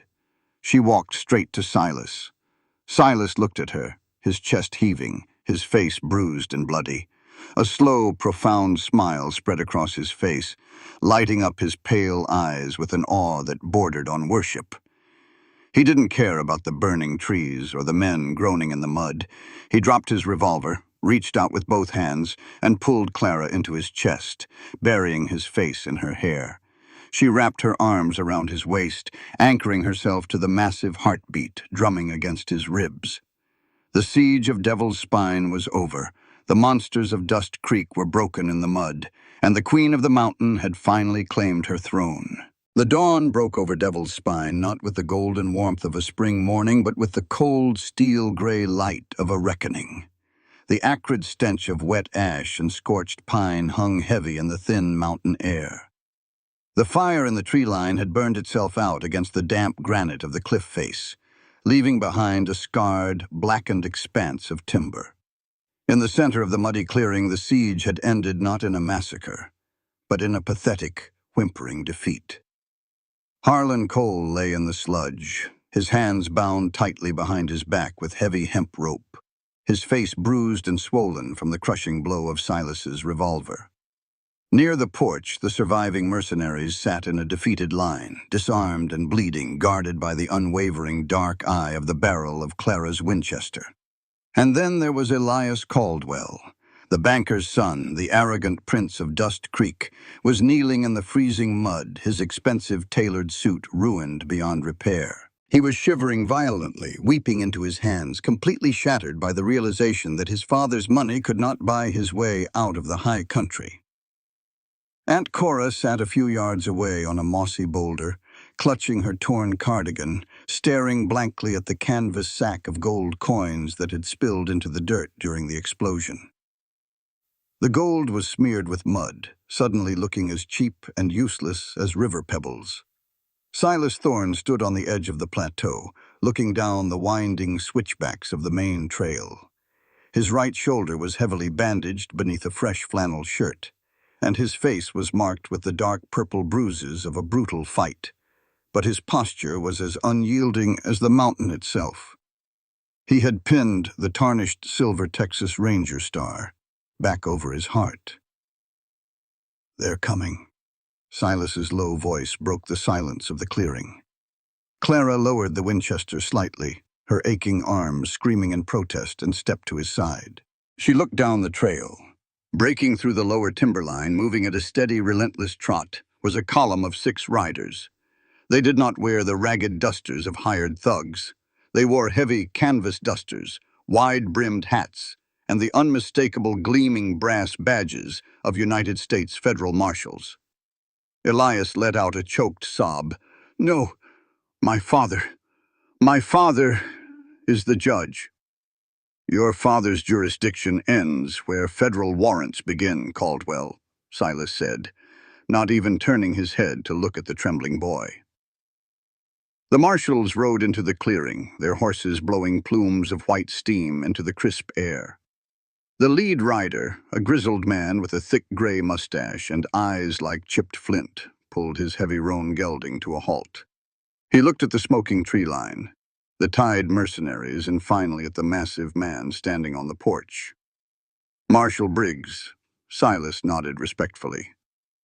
"Thorne," Briggs replied, tipping his hat. "Got your telegram in Cheyenne 2 weeks ago. Took us a while to verify the Texas warrants and navigate the spring thaw. Looks like we missed a hell of a dance." "The music just stopped," Silas said flatly. He stepped off the porch and handed a thick leather-bound journal up to the marshal. "There's the ledger you asked for. Bank records, land deeds, and the hired guns Horace Caldwell used to burn out 3 ranches in Austin, including my father's. The witness testimonies are signed and notarized." Marshal Briggs flipped the ledger open, his eyes scanning the ink. A grim, hard smile touched the corner of his mouth. "This is enough to hang the judge twice over." "And the boy?" "Elias pulled the trigger on a 12-year-old girl named Evangeline Thorne," Silas said, his voice dropping to a register that made the blood in Clara's veins turn to ice. "I have the bullet I dug out of her spine. It matches the caliber and rifling of the custom-engraved Colt he's carrying." Elias scrambled backward in the mud, shrieking. "It's a lie! I was a boy! My father made me do it!" Marshal Briggs signaled his men. 2 marshals dismounted, hauled Elias to his feet, and clamped heavy iron manacles around his wrists. He kicked and screamed, a pathetic, entirely broken creature, as they dragged him toward a spare horse. They hauled Harlan Cole and the surviving mercenaries up next, securing them to a long picket line. Clara watched it all with a profound, terrifying stillness. The monsters who had haunted her every waking moment, the men who had driven her to the edge of despair, were being led away in chains, not by the violent vengeance of a vigilante, but by the cold, crushing weight of the law. Marshal Briggs tipped his hat to Clara. "Ma'am, you have the thanks of the United States government for assisting a former ranger in this apprehension." Clara didn't smile. She just nodded, her hand instinctively finding Silas's. His fingers intertwined with hers, a massive, warm anchor in the freezing morning. Before the marshals turned to ride out, Silas looked over at the boulder. Aunt Cora was still sitting there, trembling, clutching a handful of muddy gold coins. Silas walked over to her. He didn't raise his voice. He didn't reach for his gun. He simply looked down at the woman who had sold her own blood for a bag of metal. "The marshals are taking the Caldwells to federal prison in Leavenworth, Cora," Silas said softly. "The bank in Dust Creek will be seized by the territory. This gold is evidence of bribery, but I'm going to let you keep it." Cora looked up, her eyes wide with a desperate, pathetic hope. "But you are going to pack a bag," Silas continued, his pale eyes entirely devoid of mercy. "You are going to walk down this mountain, buy a ticket on the first stagecoach heading east, and you are never going to step foot in the Wyoming territory again. If I ever see your face in Dust Creek, or if you ever try to contact Clara, I won't call the marshals. Do you understand?" Cora swallowed hard, tears tracking through the dirt on her face. She nodded frantically, clutching the muddy gold to her chest, and began to scramble blindly down the goat path, fleeing the mountain like a frightened rat. Silas turned back to Clara. The clearing was finally empty. The echo of the horses was fading down the trail. The war was over. He walked up the porch steps, took the heavy Winchester from her exhausted, bruised hands, and set it against the timber wall. He reached out and gently brushed a streak of soot from her forehead, his thumb lingering on the jagged edge of her scar. "It's done," Silas breathed, pulling her flush against his chest. Clara buried her face in the crook of his neck, inhaling the scent of pine, smoke, and the man who had walked through hell to bring her home. For the first time in 6 years, the tears that fell from her eyes were not born of shame or pain, but of absolute, overwhelming peace. 1 year later, the harsh, violent thaw of spring had given way to the brilliant, emerald-green explosion of early summer. Devil's Spine was no longer just a fortress. It was a kingdom. The cabin had been expanded. A wide, sweeping wraparound porch now hugged the heavy timber logs, lined with wooden rocking chairs and Clara's thriving pots of purple columbines. The ruined lean-to had been replaced by a massive, professionally framed barn that smelled of sweet alfalfa and clean sawdust, currently housing Silas's growing herd of prime Mustang stock. Clara stood by the heavy corral fence, the warm Wyoming sun beating down on her shoulders. She was not wearing a faded, patched cotton dress. She wore a beautifully tailored skirt of dark green wool and a crisp white blouse. Her dark hair was not pulled forward to hide her face. It was swept up in a loose, elegant twist, fully exposing the jagged, pale pink starburst of her scar to the open air. She rested her hand on the smooth, polished wood of the top rail, and then moved her hand down to rest heavily against the pronounced, beautiful swell of her pregnant belly. A sharp, sudden kick against her palm made her gasp, followed instantly by a breathless laugh. "He's fighting the rains again," a deep, rumbling voice said from behind her. Clara turned and smiled as Silas walked up behind her. He wrapped his massive arms around her waist from behind, resting his calloused, leather-gloved hands gently over hers on her stomach. He kissed the side of her neck, his beard scratching pleasantly against her skin. "She," Clara corrected, leaning her weight back against his solid chest. "She is going to be as stubborn as her father." "God help the territory if that's true," Silas chuckled, the sound vibrating against Clara's spine.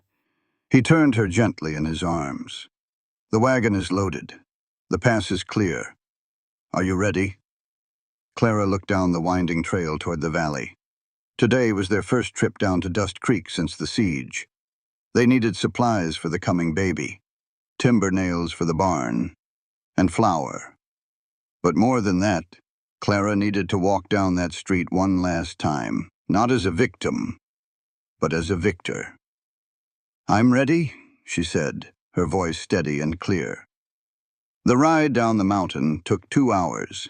As the heavy buckboard wagon rolled onto the muddy, bustling main street of Dust Creek, the atmosphere shifted instantly. The town had changed. The Caldwell Bank was boarded up, a federal seizure notice nailed to the heavy oak doors. But the people were the same. The mercantile wives were still sweeping their stoops.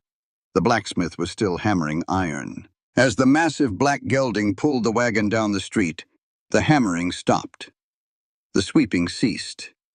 The townspeople turned and stared. They remembered the terrifying savage of Devil's Spine, the man who had defied the Caldwells and brought the federal marshals down upon their corrupt town. But they were not staring at Silas. They were staring at Clara. She sat perfectly straight on the wagon bench. She wore no bonnet to obscure her features. The afternoon sun illuminated her scarred cheek, highlighting the jagged lines like veins of silver in a rock. She did not look down. She did not shrink away.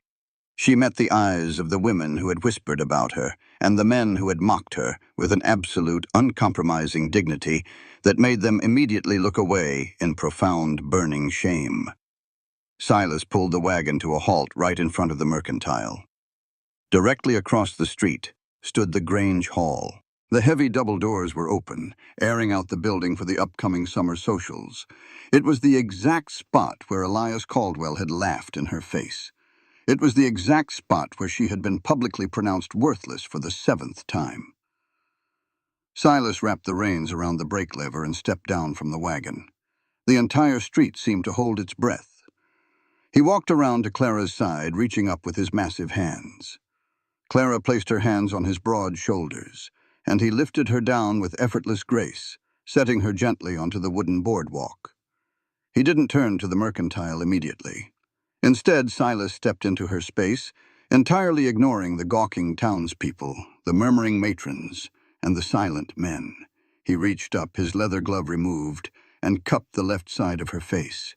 His thumb traced the familiar, beloved lines of her scar. He looked at her with a love so fierce, so unyielding, it seemed to eclipse the sun itself. Right there, in the center of the muddy street, in the shadow of the building where she had been ruined, Silas Thorne leaned down and kissed her. It was a slow, deliberate, deeply claiming kiss that told every single soul in Dust Creek that this woman was cherished beyond measure. When he pulled back, Clara's eyes were shining, her heart soaring in her chest. She looked at the Grange Hall, and she felt absolutely nothing. No fear, no shame. The ghosts were dead. Silas offered her his arm. "Shall we get the flower, Mrs. Thorne?" Clara smiled, a radiant, breathtaking expression that outshone any flawless face in the territory. She looped her arm through his, resting her hand lightly against the cotton of his sleeve. "Lead the way, Mr. Thorne," she replied. Together they walked into the mercantile, leaving the stunned, silent town behind them. The ruined girl of Dust Creek was gone forever. In her place stood the queen of the high country, and her reign had only just begun.